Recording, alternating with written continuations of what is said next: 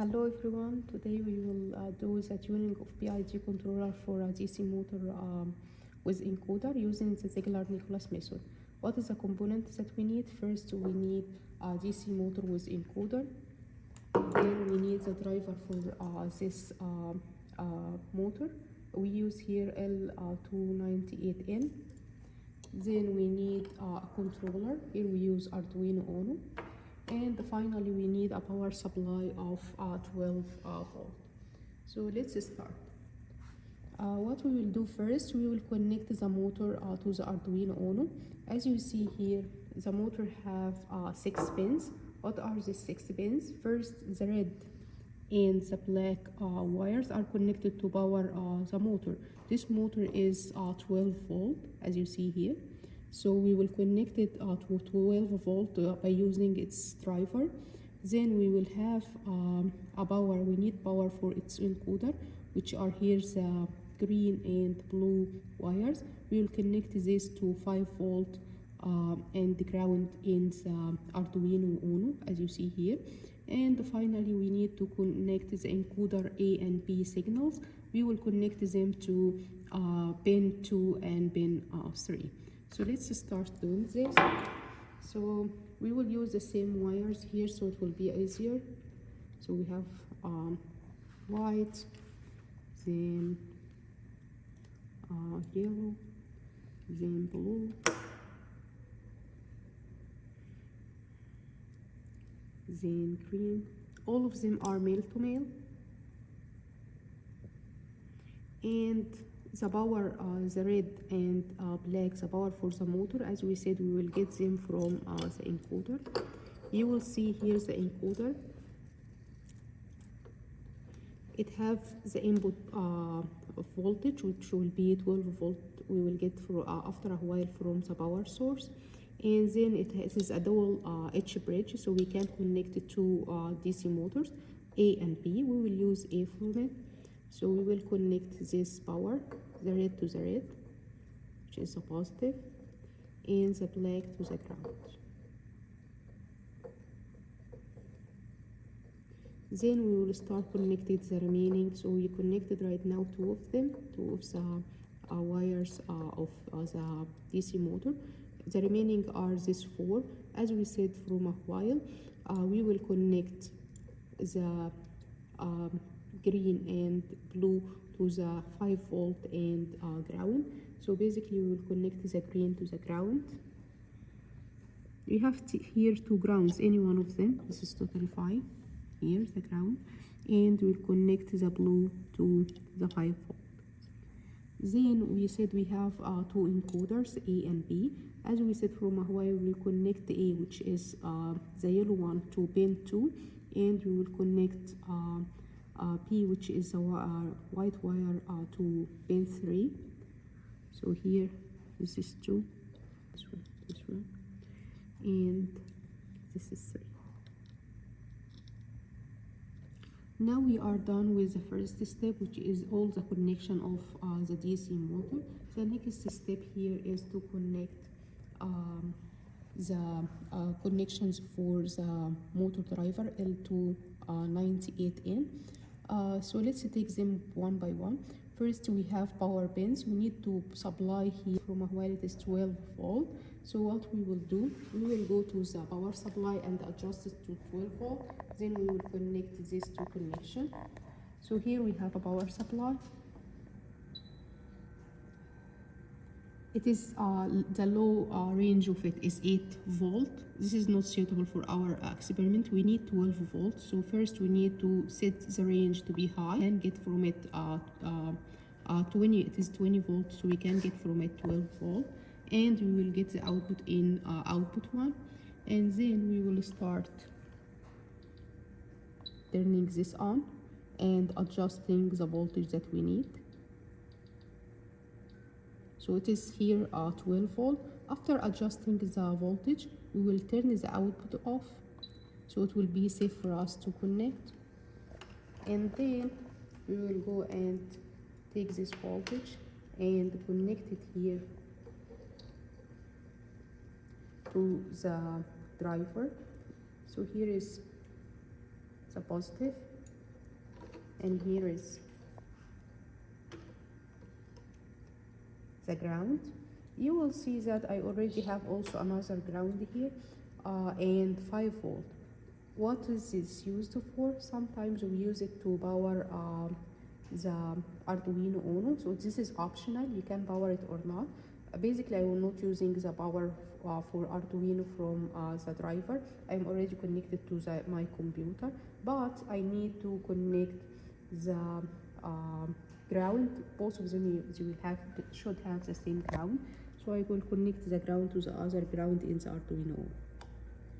So this is the power. I am done with the power connection. What other connections here that we have in the motor driver? We will have the output. We already done this with this step. What else? We need to enable the controlling of the DC motor. For motor A, it is this one, which is it's called ENA, and for motor B, it's called ENB. So we will connect this enable to one of the PWM pins in Arduino Uno. Arduino Uno have 6 PWM, 3, 5, 6, and 9, 10, 11. It must be PWM pin. So first, to connect this one, first we need to remove the jumper. You will find the jumper on this pin. First, you need to remove it, and then you will connect.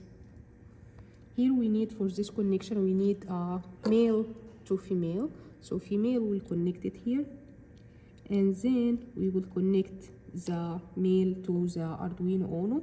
I choose out of the PWM pins, I choose to connect it to pin number 9. So now I enabled the control of the DC motor. What else? I need to control the direction.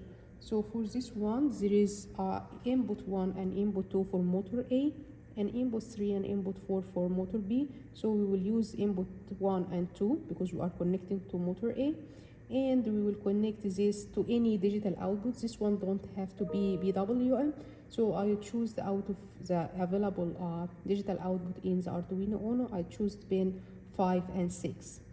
So let's go and connect these two.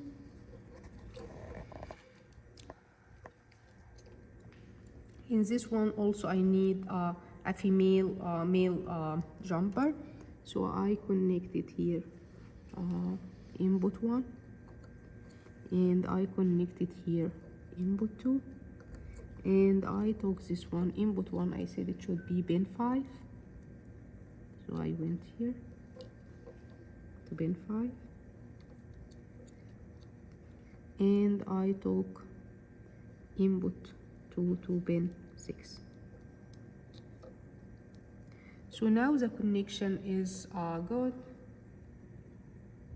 This is the whole connection, just for your reference. We can do testing for the motor before we start our experiment of tuning the PID controller. Here you will find the code I already uploaded to GitHub. I will click on it, so I will go there. Here is the code. I just will copy it and go to here Arduino and paste it there, save. Then I will make sure that the board, I will make sure that I choose Arduino Uno. Then the tools, go to tools, I get saying for me Arduino Uno. Then I will verify, then upload. Okay, it is done uploading. So what I will do right now in this code, it should be just testing for the motor. Make the motor turn clockwise for half a second and counterclockwise for half a second, and then we'll stop. So let's try to make it work. So as you see, it is turning right and left. Just half a second, half a second, half a second, half a second. With this one, make sure that my connection to the DC motor is good before go and make tuning. Okay, so I will stop here. Then I will go to the code for tuning the PID controller. In this one, I will tune the position to be 1200. So here you will find the code. Also, I uploaded in GitHub. I will paste it here. Again, I will verify. Then I will upload. Okay. Then I will turn it on. KB equal to 1.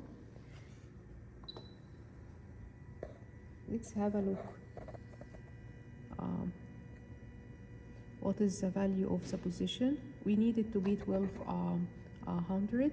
This is the target, but here is the output after some oscillation. It reaches to 1240. 1240. So we need, and we didn't get the sustained oscillation as we said. So we need to increase the value. Instead of 1, I will go with 5. So, okay. Then I will turn it on again and see if we have sustained oscillation. As you see here, we have some oscillation, but it's not sustained, and now the output is 1205. We still didn't have sustained oscillation, so we will go again and change this KB value to be 10 and verify, upload.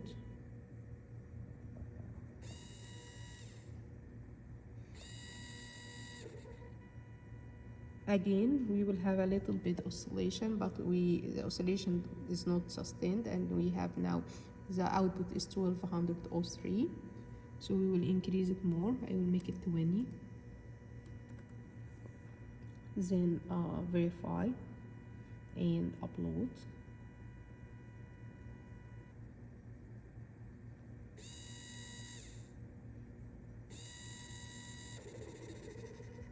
It starts to be oscillating a little bit, but it's not sustained because basically it's decayed, and we have here almost 1200, but we need sustained oscillation to apply the Ziegler Nicholas. So what I will do, I will change it again. I will make it 25 and see, or let's make it 24. Then verify, then upload.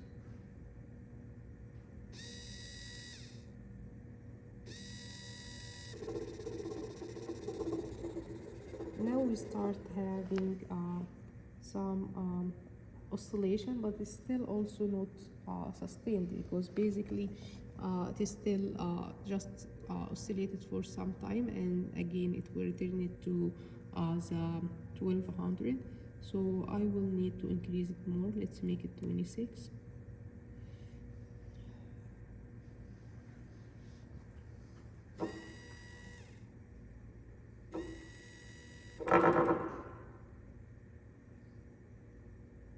We still don't get sustained oscillation, so let's increase it more. Let's make it 30 and see.